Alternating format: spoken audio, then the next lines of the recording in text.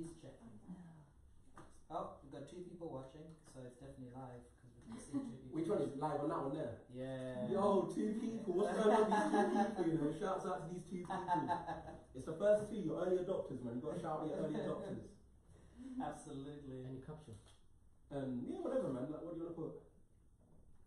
It depends. What's the audience like?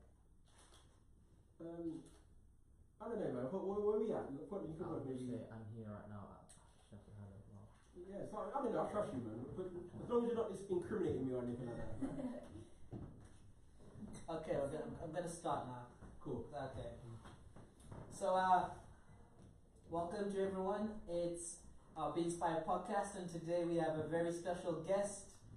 We're also live streaming at the moment on Facebook, so this is going to be an interesting one for us today.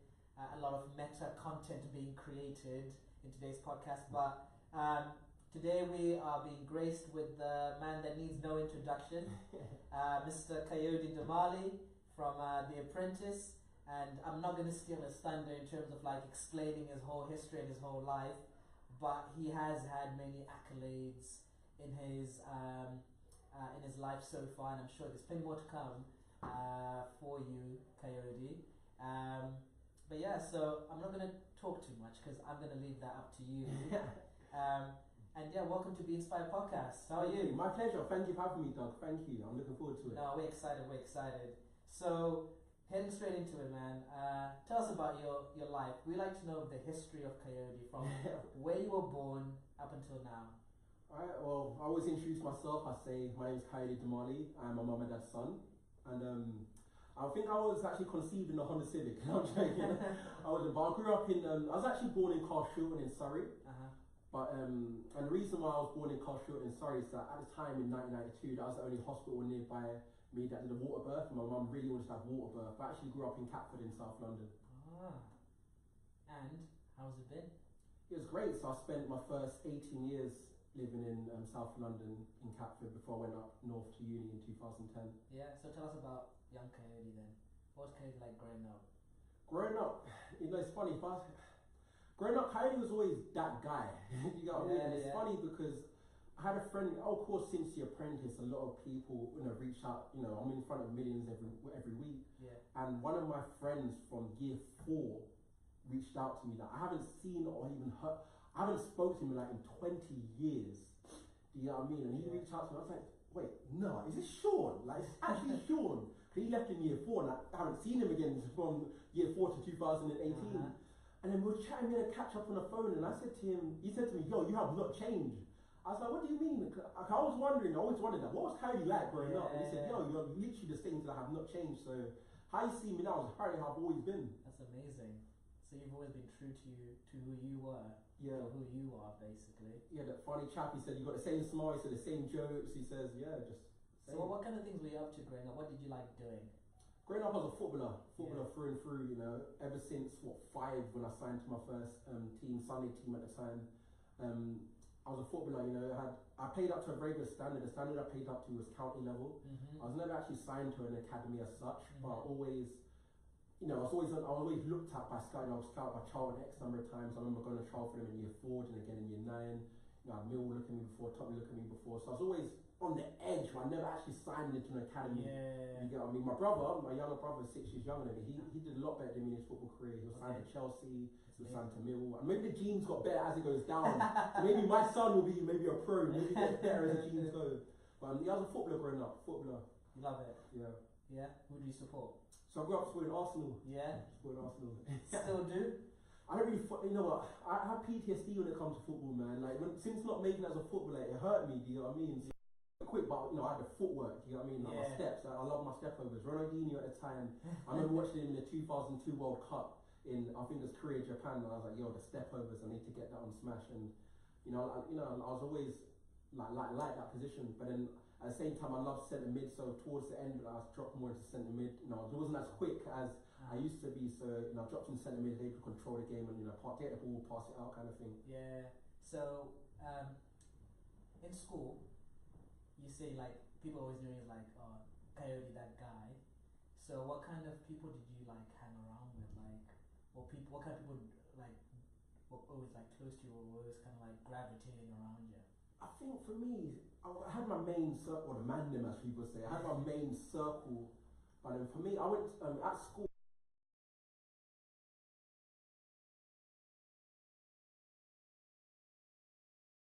I can't exactly remember as such, but my primary school was small. It's hard, man. Because when you're at school, it's either school or football. Like, What was it? yeah, that's what I'm saying. You were school and then football. That was it. It's just school, football, bed. School, football, bed. That was it. Which is probably why when I didn't make it pro, it kind of just like cut me because it was just school. You know, you finish school at 3. How old were you then when that kind of like? At 16, I think it really hit me. Then going into college, it was like, you know, it's like, oh, maybe, you know, you have to make the decision. Like, are you going to continue going football? Or are you going to have to go to college? Yeah. You know what I mean? So I went to college, and then What did you study? I did A levels in human biology, philosophy, PE, and psychology. I didn't pass them, but I did them. I didn't do well in college, to be honest with you. Your life went a bit off the rails for me during college. So I didn't do well at college. And how did you get back on the rails then? I went through the clearing process getting to university, so I never got in. I never got the right UCAS points. You know, I think you needed say A's and stuff. I got D's and stuff, or E's. I think U's. I mean, I remember a couple of U's. I was like, you got me, man. Like, so unfortunately, I went through the clearing process, and Manchester Met was the only university that would let me in through the clearing process. And I remember starting uni as like, no one knew me. I remember thinking like, you know, no one here knows me. I can literally be who I want to be. I can recreate myself. So like if I introduced myself to you at uni and said my name's Jacob, you would have to believe me. You didn't know me. Do you know what I mean? So I realised it was time for me I can change. It took me. It was hard for me to adapt going from South London to being in the countryside.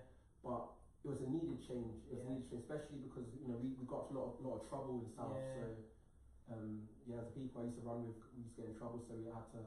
It was a needed change. Put it that way. It was a needed change. Did you have to cut them out of your life? Yeah.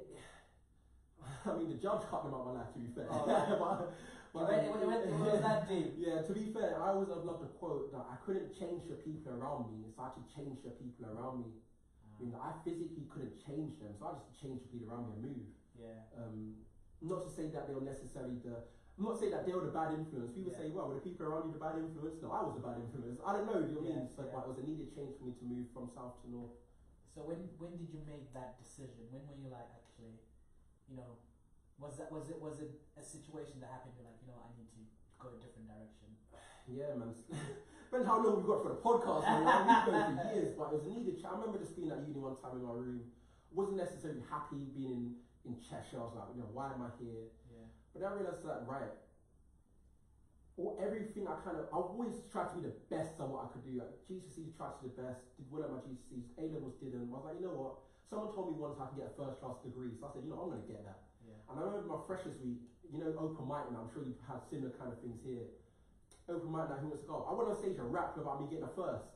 I was like, yo, who this guy, 2010, you know, saying he's going to get a first? Well, 3 years later, I got my first. Like, and that's the thing, I set my target very high, like, you know, I want to get my first. Someone said to me once, oh, you can get double first. Scrap first, I want to get a double first. They were lying, but I was like, I just wanted to be the best Kayode that I could be. And why do you think that is? Like, what drives you to be like that? I'm just hungry, man. It's just, I mean, for me, there isn't an alternative. Do you know what I mean? There's hot, cold. The opposite of hot is cold. The opposite is up, down. But for me, there was no alternative. There's no alternative to trying to win. Like, that's why it's like literally do or die. Like I'm prepared to risk it all for this. You know what I mean? There's no alternative. I have to. Like, I'm even struggling to get a word because there isn't. It's not even in my. It's not even in my head. Like you don't see. It's not even. It's not in my picture. It's just not there. That's amazing. Which is maybe why sometimes when a loss happens to people with my mentality, it probably hits us harder because we only have one. There's only one option. It's either this or nothing. So it's like, oh, has that ever happened? Yeah, with The Apprentice, for example, that knocked me for 6 because like I wanted to win on like that was it, just win. But then when I didn't win, it's like, you know what I mean? Just that was never a possibility. Like I remember people getting brought back into the bottom 3, and it was like, how is it being brought back in the bottom 3? I didn't want to know because I was not planning to be brought back in the bottom 3. Like, don't tell me what it's like being in the bottom 3 because I'm not interested. I'm not interested. So you're just like, I'm gonna win. Yeah, like that was it. There's no alternative. Don't tell me I don't want to hear it. I'm not interested. Great. So whilst you're at uni, what kind of things were you up to then whilst you're at uni? Like, I want to hear how you got to a place where you ended up running to be like a student officer. Oh man, I always make the joke like, if you see my CV at uni, we'll have to roll it out like a great Dead Sea Scroll. Like, I did everything at uni. Like people, you go to my uni now, they still know me on that guy being on my skates. I used to literally be on my skates and do everything at uni. I did every job, whether it's working in the student union shop, whether it's being a student ambassador, whether it was working in the gym. So like in terms of uni, I was everywhere. You know, on the nights out, I was on the door, I was everywhere to be seen. And the reason I wanted to do, because I realised early on in my first year that I wanted to be the vice president of my students' union. Yeah. So I kind of reverse engineered it. Like, right, in 3 years' time, I want to be here. So you had a plan. Oh yeah, because shouts out to Rob. Rob was the president in my first year in 2010. Like, he saw me in my first ever SU night. He could see I was very, very, very uncomfortable. You know, it's a complete culture change. I literally just sat in the SU with my hoodie like pulled tight. You know what I mean? And outside, he kind of saw me and he kind of spoke to me and almost took me under his wing. And he put me on a committee of a society in my first week. And I didn't know nothing about committees or societies or sports. Nothing. He put me under his wing and said, like, you know, I'll put you in touch with these guys, be on the committee. Then it kind of opened my eyes to, all right, students' union, I can see how things go. And it really made me realise, like, right, this is something that I'll be very much interested in doing. And because I kind of set myself up for my degree to being like that guy doing, you know, hosting shows or whatnot, or just being about my skates, it was almost a no-brainer. Do you know what I mean? It was a no-brainer that at some point I was going to be the vice president. That's amazing. So you ran? I sprint. You know, I sprinted whatever way. I didn't run. I didn't run. It was just. Tell us about your. I want to know what you. I was savage. Really? Yeah, I was savage. Like, tell us like one thing you did in your campaign. I mean, to be fair, looking back at it now, like we never really had the social media aspect of it as such, so it's a bit different. I mean, I might say what I did now, but people might listen and think I was like, oh, you did. But at the time, we didn't really. Facebook wasn't that big. Instagram wasn't that big. No, I didn't even have Instagram. I didn't even have an iPhone till I graduated. I had a BlackBerry Curve. Do you know what I mean? So we never really had a social media. So my big thing is that I realised that I need my face everywhere. And I ran in a slate, and I need my slates name everywhere. Yeah. So one thing I did is. So you're at your union, you're out running a slate. Oh, you're not allowed to run slates here? No. I think they might scrap that now. I know there are a lot of issues with people running in slates. It's like, if you're on a strong slate, you won. Yeah. Regardless, even if I ran by myself, I'm no disrespect, I was gonna smash it. Like, honestly, like, I was savage with it. Yeah. So I literally had, you know, vote for Kayode. I took a picture of, I put it around everybody's neck on campus, took a picture, uploaded it to Facebook, and tagged them in it. And for me, that was like viral marketing in the sense that everyone saw, like, you know, Kayode's right. Everyone knew. So when it came to the voting, it's a no-brainer. And the thing is with me with my campaign is that I was serving my campus way before the elections. Yeah. So they almost made me guilt trip. They had to vote for me. Like, and I was doing stuff for you lot for years before the election. So it's like, it's almost a no-brainer. We got to vote for Kayode. I mean, Kayode's running. Like, I could have walked. They would have voted. I could have crawled. Like, it was big. They had to vote because I was literally doing so much for them, whether it's working here, helping this person here, doing this person's testing for the dissertation here. I was very helpful, so then that's why when it came to election, once everyone saw the name about, they voted. That's amazing. Did you have a big campaign team, or was it just... you're giving me memories, man. It's so savage as well. At the time, I was doing my final year dissertation as well. You know, it's around the same time, innit? I remember, like, you know, do my dissertation. And then the thing is, we had a hotspot on campus and you need to claim that table early. I'll literally go there at like 4 a.m. and sit there until 9 to get this hotspot. Like, and because of that year, like, they stopped it until no one's allowed to camp on campus overnight to secure the hotspot. I didn't sleep for like a week. Dissertation, elections, that's all it was. That's literally all it was. And I was hungry for it. You know, there's sometimes people just see me in the daytime sleeping, knocked out of sleep. That's the only time I slept. I'll have a long blink, that was about it. Wow. So I was hungry for it, man. I really wanted it. How was that for you? Like, because obviously now we have a lot of like, we need to make sure we take care of our students in terms of like welfare. Oh really? You haven't got your head burning. Shut your phone off. But how was that like in terms of like, do you think that you're okay like your welfare wise during that time? Yes, definitely. I didn't think there's anything like. And it was great. I enjoyed it. You got me. And it's funny enough that I had a girlfriend at the time. She was running on the other team, and that was kind of cool. Maybe that my welfare wasn't good then, but yeah, it was good, man. It showed me, it helped me realise now in life, if I feel like I've got a lot going on, I look back at me when I was 21 or 20, however old I was. The amount of things I had to juggle, you know, dissertation, this assignment, elections. I was able to juggle so much. So what's my excuse now? Yeah. So I look back on it and think that, I was able to do it then, so I can still juggle a lot of things in life now. Yeah, a lot of students don't realise, well, I think some students who go through the election process don't realise that they are actually gaining a lot of Definitely. like life skills and experiences that are definitely going to benefit them in later life. So we fast forward, you win, you smash it. Yep. Well, commiserations to the other candidate, and I'll give it to her for trying. Yeah. Not in a bad way, no, shouts out to her for trying. Yeah, and then tell us about your time as a student officer then, how was that? That was a massive eye opener. I didn't even know. Even though I knew I wanted to be an officer, I didn't even know what the role was. Like, you don't, am I wrong? Like, you don't really know. Which role did you go for? I was VP what?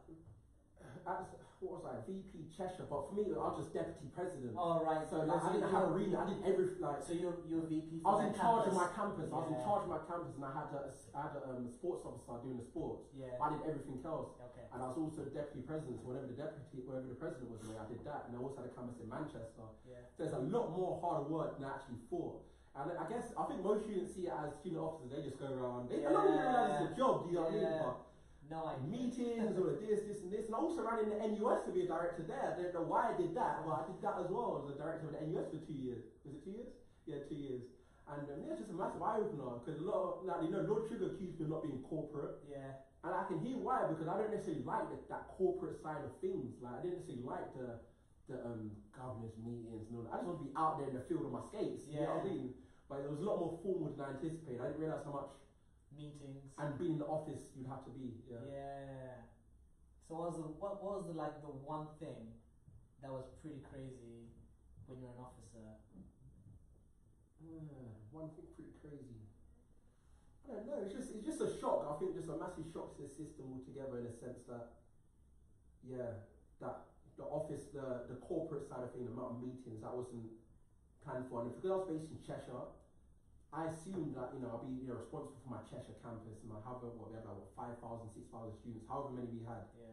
But I was in Manchester a hell of a lot for stuff, and I didn't know how much time I'd be on the trains. Like that Virgin train, I knew that driver very well. You know what I mean? I didn't realise being in Manchester so much. So it was a shock to the system. I think maybe that's why I didn't necessarily want to rerun. So I didn't rerun. I didn't rerun. If I reran again, I probably would have won. Because I was quite known on campus. But I wouldn't have done it for the right reasons. You know what I mean? I didn't want to just do it for the sake of it.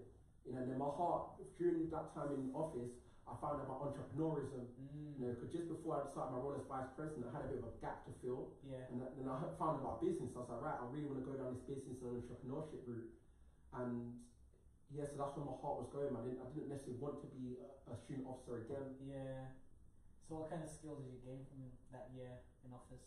Like what's the one or two skills that you thought were like, I've really got something from this?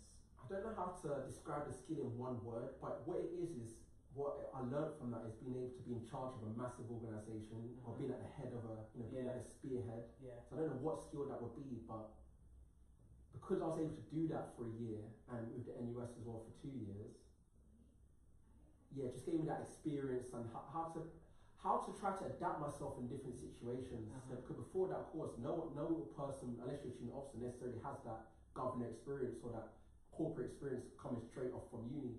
So it gave me that experience to be able to maybe have two sides to Kayode. So have the jokey fun side, but also be able to put on a different hat and put on that formal corporate side. Even though Lord Sugar didn't think I was corporate enough. But anyway, you should have known that I was vice president. Anyway, that's another question. So when throughout your time picking up on what you just said about, there's the funny, jokey side of Kayode, and then there's obviously this side of Kayode that needs to be more corporate. Have you had to consciously flip between the two, even after you've been out of, after uni, after you finish being a student officer? So that's the question again. So which side of yourself do you feel? Because now you're an entrepreneur. Do you still go in as Kayode the funny guy, or do you go in as Kayode kind of like I have to be more corporate Kayode? I think it's a twofold. I think up until now, I had my main businesses were running events, doing lettings and speaking. Now I'm mostly just focusing on speaking. So I'm this fun, jokey Kayode side when I'm on stage, But behind the scenes, when I put on my more corporate and I'm dealing with prospects, clients, etc., I have to put on a professional front there. But when I'm on stage, I'm trying to entertain. Because I like to see myself as not just speak, but I want to entertain you through my message and remember it more. So I can be fun and jokey on this hand, but on the other hand, behind the scenes, I want to be more serious, more corporate, so that to win business. That's a bit. So because obviously, I do have to flip. So we actually do have to absolutely. flip in that sense. And obviously, people who listen to the podcast, we've just come downstairs after Kayode's done his keynotes speech in our Be Inspired conference, and I completely saw that in the way you delivered that. Like, you definitely had things in there that were very kind of like tongue in cheek, but when you had to drive a message through, it was really, really kind of like and I think you had a really good balance of it. So just for everybody else who's listening, and that was listening to what you just said. I was just kind of like thinking, actually, cool. You got me thinking about that now as well. Actually, it was really good. It was really good. I want to talk about the top 100 young entrepreneurs in the world. Yeah, entrepreneurs in the world. How did that come about? So that came about. So they reached out to me, and literally, I remember it was 2016, I believe. I just got back from Turkey, and I think I just finished filming with Come Down With Me, funny enough. And I remember sitting there watching the Euros. I think it was Euros at the time in 2016. And I think I got email and a tweet saying like, congratulations, Kayode, you just made it to the top 100 most powerful entrepreneurs in the world. But specifically, I came in at number 9. Oh. And at first, I didn't think this was real. You get trolls online, right? I didn't think it was legit. And I remember screenshotting it, put it on my Facebook, put it out to everyone and say, yo, is this legit? Everyone's like, yo, congratulations, that's sick, And yes, I was on like this until I was over 25, I stayed on there. Peaking at that number 4, I think I peaked out. And majority of the time around the top 10, winning top 10. And there's some very credible business people in there as well, so I was like really pleased that could happen. From from doing my events, houses, speaking, etc. I'm glad that I kind of got recognition for that. Yeah. So tell us about Apprentice. How did that come about? So the reason that came about is that I started doing my events like in 2013, 2014 time.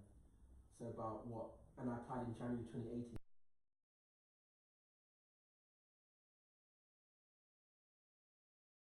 Profitable, just non-stop going up.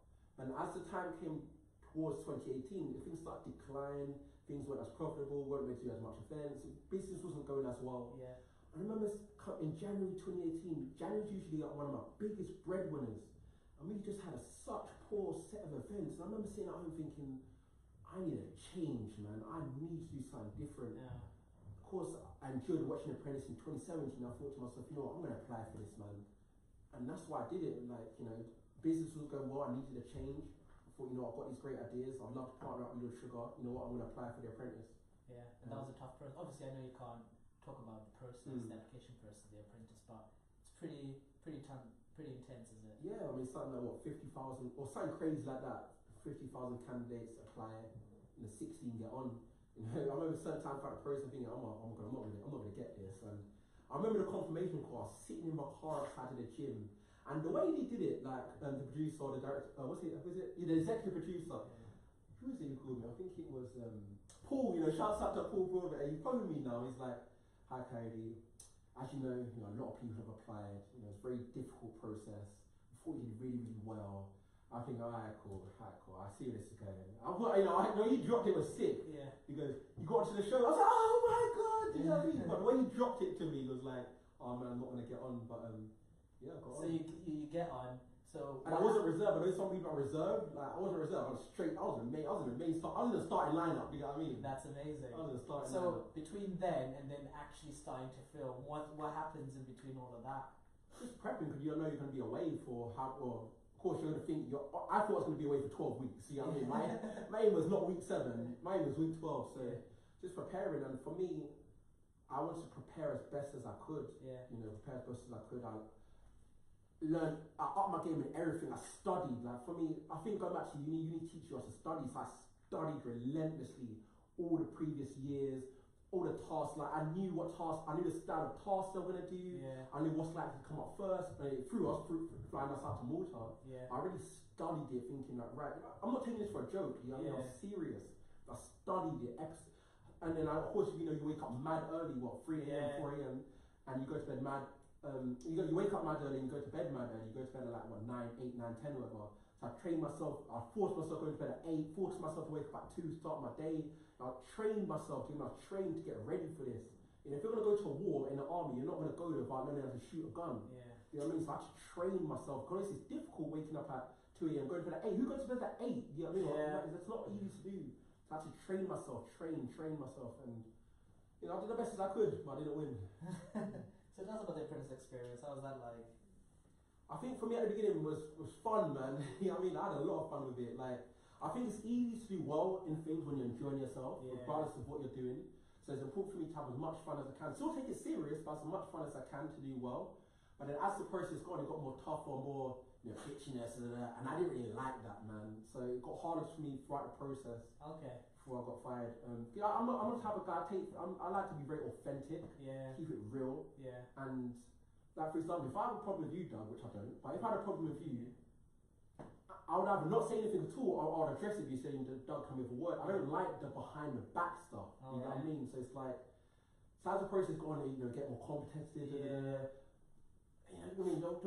The cloth that I'm cut from, the way that I grew up, is like, you either deal with an issue with a person, or you don't. Just, you know what I mean? So I didn't really like the snakiness and stuff like that. Yeah. But it's not the candidate's fault. It's the way the show is. You know. Yeah. You got to talk about, what do you think about this house? What did this person do? Or, obviously trying to save your skin from getting fired. Yeah. You know what I mean? And would you say you don't mind confrontation? No, I don't mind confrontation. But let's have it properly. But the thing is, for me, it's not even that I don't mind confrontation. Like, I'm very for having a good verbal argument, in the sense that, let's talk about the facts. Let's just discuss what the issue is at hand. Yeah. But for me, I guess why I struggled on the show is in the sense that I don't like to. I want to be good. I want to be known for being good, not for putting someone else down. I don't want to look good based on you being rubbish. I just want to be good anyway. Yeah. So I struggle. I don't want to be criticised as a person. I just want to be good. I want to be good anyway. Yeah. Not at the expense of anyone else. So I guess those people on the show can do better at that. And those people in the show are better at switching off. Yeah. And so regardless of what happened on the board, those people can switch off and just go for the next day without holding a grudge. Like Sean did very well at that, for example. Whereas me, I remember he said to me yesterday, I was like, I'm not gonna let that slide. You know what I mean? I'm from South. You know what I mean? So I guess I wasn't as good as in that aspect. So yeah, it'll be tough. It'll be tough, isn't it? Yeah, no, you imagine you have a big beef in the board and come out to the house, cook dinner together. Y'all poison your food, rude boy. What are you talking about? You know what I mean? Like, struggling in that aspect.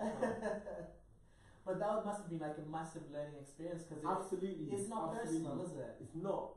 But at the same time, for me, that's one thing I need to be, or I'm learning to be better at, to not take things personal. Yeah. So that's why I'm really grateful. A lot of people say, do you take a lot from the show? I'm like, yes, personally, it did a lot for me. Yeah. Tell me, understand where are my flaws, what gets me, what makes me itch, and how can I be better react to those situations. Yeah, absolutely. To stay level-headed. Of course, everyone knows in the boardroom, I started cussing out, saying I have to allow it and stuff like that, but I need to be able to tone that down a bit. That's alright. Or is it okay to say allow it in the boardroom?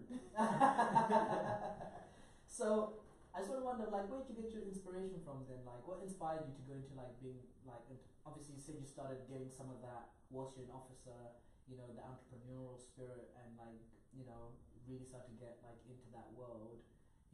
What inspires you in terms of, like, being an entrepreneur? I think it's not just being an entrepreneur, it's just being in life. Like, I look at the way that my parents grew up, and it's like, my dad grew up in very humble beginnings in Barbados. I remember in '99 he took us where he grew up. I'm like, wow, you actually grew up here.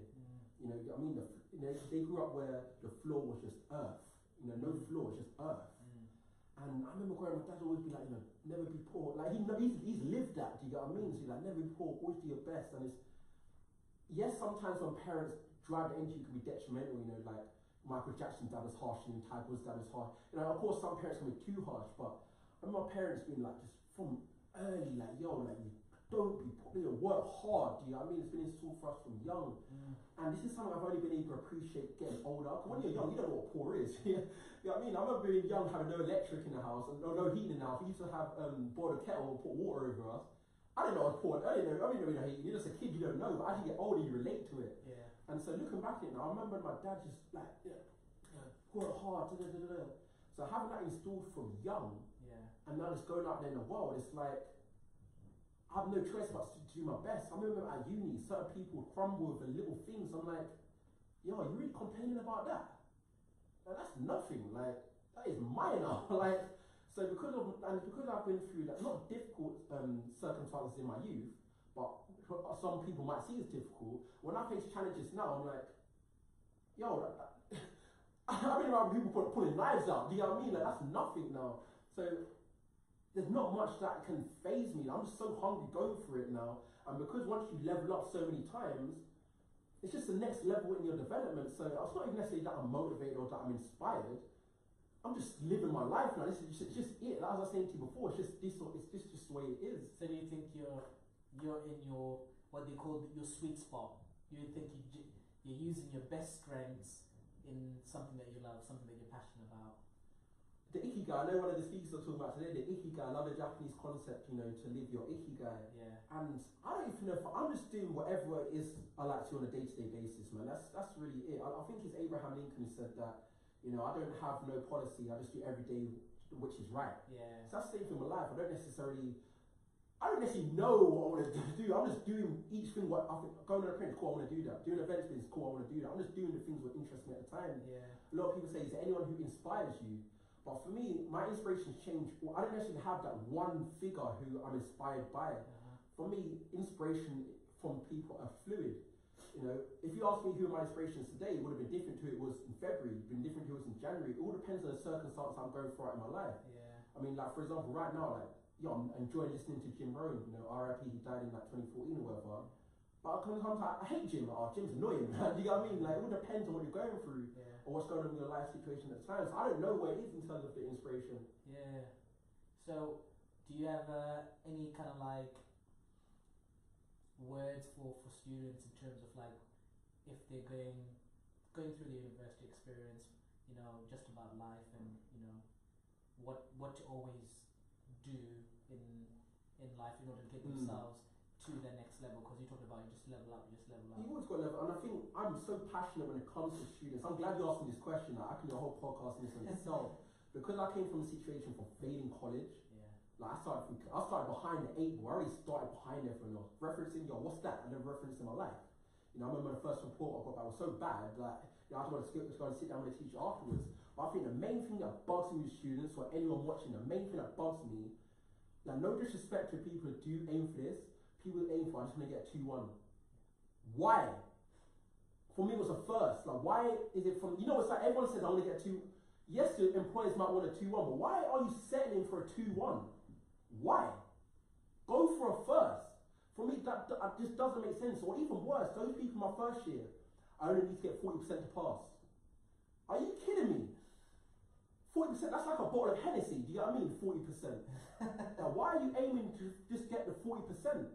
That just does not. So my main thing to students now is aim for a first. Why would you not aim for the best? 2-1, why would you want to be 2-1 with everyone else? Like I said to you earlier, someone once told me I get double first. I scratched off a first. I don't want to get a double first. It's not true, but that's my main thing, to set the standard high, get that first. Why not? Why not? If you didn't fail college like I did, and you didn't work at college to get into uni, why can you not get a first? Why are you settling for the 2-1? That's a football score, 2-1. Or 2-2, that's a draw. You know what I mean? You basically got a draw. I wanted the first. That's it, because the reason I wanted the first, I wanted my first to match how I go on planes, how I go on trains. I want first class everything, you know what I mean? I want my first. Yeah. So I think that's my main thing with students. Once you change this mentality about just in the 2-1, once you have that first class mentality, I think things then fall into place. Yeah, that's powerful. But what happens if someone just doesn't want to get first? Well, then what are you at uni for? No disrespect. Why are you at uni then? Cool, get your 2-1, right? Depends. Yo, that's you. I mean, I got no answer to that. Go and get your 2-1 then. Go on then. Because even getting a first class degree isn't enough anymore. Yeah, that's correct. A first isn't even enough. So why would you, can you see, it just does not sit well with me. Why would you settle for it? I remember you saying, I just got to get 60%. You know what I got in my, I don't even want to say some of the percentages that I got in my scores. I'm talking 80s, 90s, I was even vexed. For my final year dissertation, I think I got 98%. I was not even happy that I got 90. I was like, why can I get an extra 2%? For me, it doesn't make sense. So And I don't even think that this should be motivational. I don't even think that should be powerful. This should just be common sense. Yeah. But then what is common sense isn't always common practice. But just for me, it's just disappointing, man. Just 2-1, you know. Come on, am I playing football? Is this football or what? So, final remarks. Oh, final remarks. No, man. Let's keep going, man. What's up for Kayode? What's next? What's next in life? So I think I've been saying what's next for me for the last couple of months. You know, I am still replying to the apprentice stuff. Like I'm still being reactive to things. I'm still yet to be proactive in things I want to do. Yeah. So last couple of weeks, I swear I've had talks like every week for the last couple of weeks. I'm still yet to do what I want to do. So I think for the main thing is that I want to serve everyone who does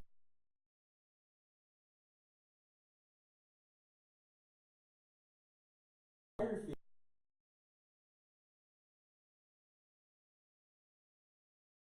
I was speaking with Cameron about this on the way here. Speaking is great, going out doing talks is great, but from a business point of view, it is not great. Because being a speaker is not scalable. You can only be in one place at one time. Unless you're getting great fees, you're always gonna be a slave to being a speaker because you're always gonna have to be working for the next gig. So when it comes to speaking, for my next thing immediately for the speaking house, there's a lot of things I want to go to, but in terms of speaking, my next thing is to scale my speaking. And the only way I can scale my speaking is to look at products. I need to productize my knowledge, whether it's writing a book. I've been on chapter 1 of my book for the last 5 years. Okay. You know what I mean? So that's writing a book, that's why I'm creating a course, that's doing something, creating a product so I can sell that to then allow me to go on to do other things I would like to do in life. Yeah. Like for me, I was watching my movie the other day and I would love to try jiu-jitsu. You know what I mean? I'd love to try that for a bit. You know what I mean? There's so much things I just like to do. But I think the only way I'm going to be able to do that is to free up my time. And the only way to free up my time is being a speaker is great, going up and down the country speaking is great, but I need to scale that by productizing my knowledge and give me time to do other things I also want to do. It's amazing. So you're just a purebred entrepreneur. Anything that you... Yeah, and I think the difference between an entrepreneur, I know some people see the same thing as entrepreneur and business owner. I don't really see myself as a business owner or a businessman. Because for me, a business person, or owning a business, you're owning a system. You're owning a system that makes money. So you're at a company, you're owning that system that makes you money. You're owning a system. An entrepreneur for me is someone who dabbles, likes to do different things, like make money here, make money here, make money here. So I see myself more as an entrepreneur, but a business owner, having that system is more scalable. So I'd like to transfer from being an entrepreneur to becoming a businessman as such. I think that's a great move to make because having a business, you own a system that makes you money to allow you to do other things as well. That's amazing. Thank you so much. Hey, we're done, it's a wrap. Yeah, it's a wrap, but before we go, I do this thing, Kayode. Oh. It's called... You're laughing, what is it? You know this is coming in. It's my thing. It's called the word of the podcast. Word of the podcast? Yeah, so I do it, so don't worry. Should I go then? Yeah, you're not under any pressure to do anything. So I'm trying to summarize basically like what we've been talking about today in order to pass on some sort of kind of like one action or call to action to our student masses or any other person who happens to come across the podcast on Spotify world or wherever we are when this goes up into the massive internet world.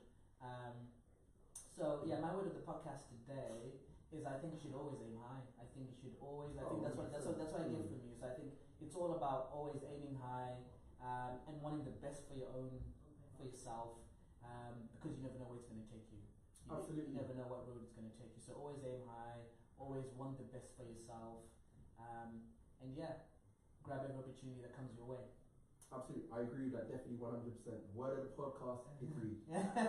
Thank you so much, Kayode. A pleasure. Thank you so much to everybody listening to this. We'll see you again at the next podcast. Goodbye. Done. Cool, brilliant, it's a wrap. And you even have your headphones on, so that was me wearing